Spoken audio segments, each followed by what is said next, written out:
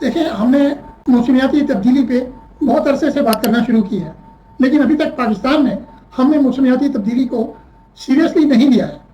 اور ہم نے اس کے لیے بہت ساری فنڈنگز لی ہیں، اور ہم نے اس کو کہاں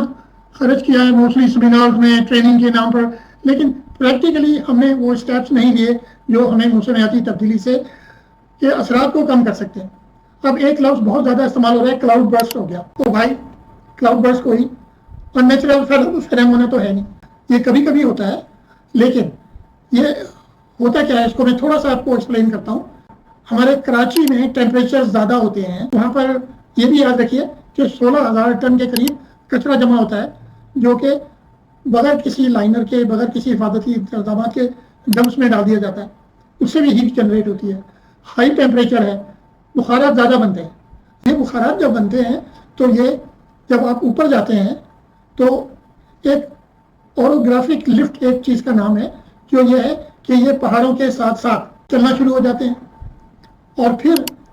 ان میں کیونکہ بخارات بہت زیادہ ہیں، اور جب ان کو رائٹ ٹیمپریچر ملتا ہے تو یہ اچانک چھوٹے عرصے کے لیے بہت زیادہ برسات کر دیتے ہیں، اور یہ چھوٹے ایریے میں ہی ہوتا ہے۔